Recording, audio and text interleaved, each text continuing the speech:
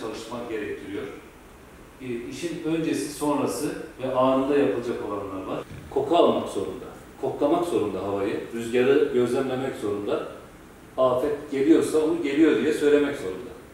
Yapı stokunu gözleyebilir.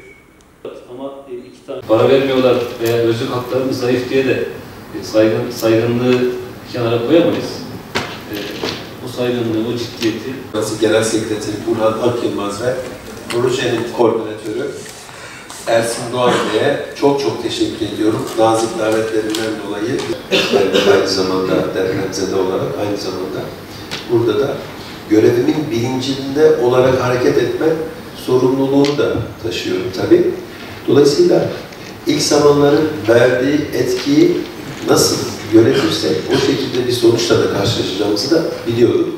Yapmamız gereken ilk şey bu sıkıntılı süreci nasıl rahatlatabiliriz ve basın mensubu arkadaşlarımızın işlerini yaparken sahada özellikle karşılaşabilecek muhtemel sorunlara nasıl çözümler üretebiliriz? Kolaylaştırma yöntemleri ve argümanları devreye hemen soktuk.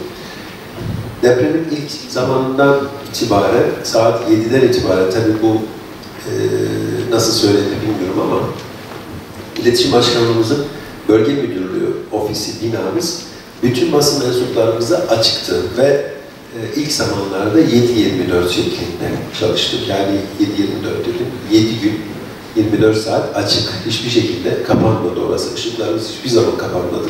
Elimizden gelen bütün imkanları seferber ettik. Çünkü gelen çok önemli sayıda ve oranda bir basın mensubu sayımız vardı. Sirkülasyonumuz çok fazlaydı ama şükürler olsun devletimizin gücü ve imkanları bütün sorunların üstesinden gelmeye muktedir oldu. Beş Korkmaz.